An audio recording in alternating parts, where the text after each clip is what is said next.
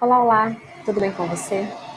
Eu queria te convidar para você abrir a sua Bíblia no livro de Filipenses, no capítulo 4 e no versículo 12. Nós vamos conversar um pouquinho a respeito desse trecho. Eu sei que alguns discordam da aplicação isolada de alguns versículos, mas a gente não quer fazer nenhuma extrapolação aqui, mas respeitando também o momento que nós temos com o Espírito Santo. Então, entendendo que no momento agora em que você chegou nesse vídeo, que você abre a sua Bíblia, que você vai ler comigo, o Espírito Santo conversou comigo com esse trecho, mas ele também vai conversar contigo. E ele mostrou coisas para mim, mas ele também vai mostrar coisas para você, que às vezes podem ser as mesmas coisas que ele mostrou para mim, mas ele pode ir além com você, mostrar coisas mais mais profundas do que as que ele me mostrou. No versículo 12 está escrito assim: sei estar abatido, e sei também ter abundância. Em toda maneira e em todas as coisas estou instruído, tanto a ter fartura como a ter fome, tanto a ter abundância como a padecer necessidade. Vamos ler de novo? Olha só. Sei estar abatido e sei também ter abundância. Em toda maneira e em todas as coisas estou instruído, tanto a ter fartura como a ter fome, tanto a ter abundância como a padecer necessidade. Essa mensagem ela me encontrou no momento em que eu, vivendo um momento de fartura em algumas coisas e vivendo um momento de escassez em outras, reclamo da minha escassez, mas deixo de agradecer a minha fartura. E o Senhor, nesse trecho, nos alerta a respeito desse tema. O apóstolo Paulo diz: sei estar abatido e sei também ter abundância. Ele sabe de conhecimento, ele sabe de entender, de compreender qual é a maneira de viver com isso, de administrar isso internamente. Ele sabe que tem coisas em que ele é abundante e ele sabe que tem coisas em que ele é abatido, em que Deus deu fartura e que Deus deu fome. Então, ele está nos mostrando, ele está nos passando que quantas vezes o Senhor nos entregou algo que é muito especial. O Senhor nos entregou uma fartura de alguma coisa. Eu não sei o que ele te entregou. Não sei se foi tempo. Você está com tempo de sobra? É uma fartura. Deus te deu uma fartura de tempo. Provavelmente, essa fartura de tempo, ela vem associada com a escassez de alguma coisa. Reparem na história de José, né? José, o que foi levado para o Egito como escravo. Reparem na história dele. José, um jovem, com vários irmãos, escassez de afeto, afeto fraternal. Em compensação, fartura, fartura de unção, fartura de sonhos, fartura de aconchego do Senhor, completamente cheio de outras coisas. Olha para Davi, também a mesma coisa. Tinha os irmãos, mas também não era muito apreciado pela família, estava sempre afastado do trabalho que os demais, do trabalho admirável, né, tido como admirável, que os irmãos dele faziam, não, ele fazia um trabalho simples, um trabalho humilde e sempre muito isolado. Escassez de convivência, mas por outro lado, muito amado, cheio de unção do Senhor, com um futuro pela frente. O Senhor entrega para ele, permite a escassez em alguma coisa, mas também entrega a fartura de uma outra coisa. Vamos olhar para o filho pródigo. Vamos para o filho pródigo. O filho pródigo tinha um pai com grande fartura em casa e ele vivendo lá na escassez. Então ele tinha fartura lá na casa do pai dele, mas ele tinha escassez ali.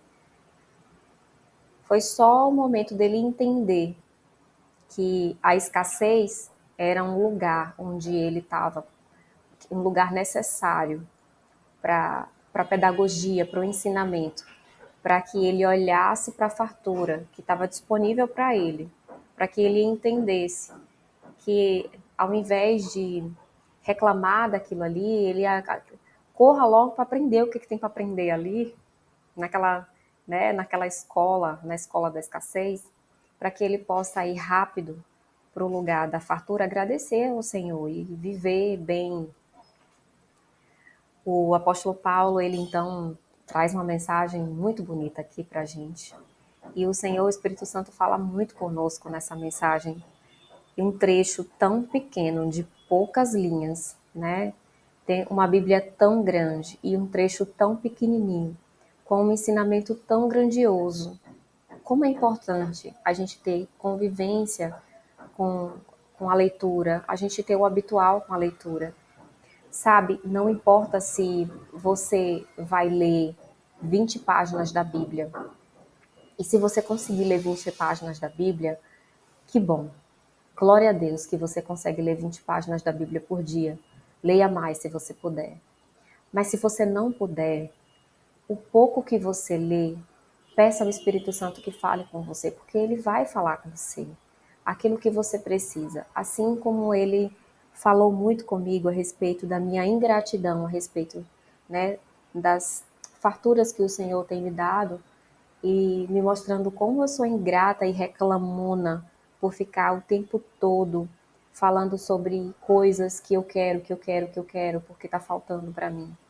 E ao invés de eu entender que essa escassez é necessária para que eu aprenda algumas coisas, mas que a fartura está disponível, porque o Senhor entrega momentos de fartura, o Senhor entrega coisas que são fartas na nossa vida.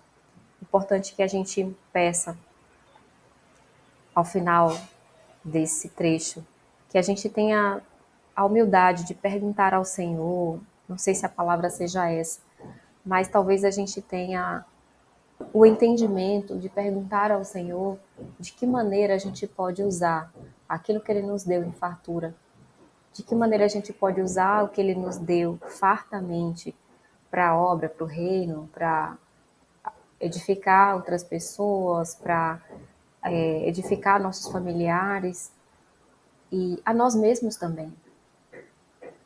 Que essa fartura que o Senhor nos entregou possa ser usada para construir o pavimento que a gente vai andar para chegar no céu.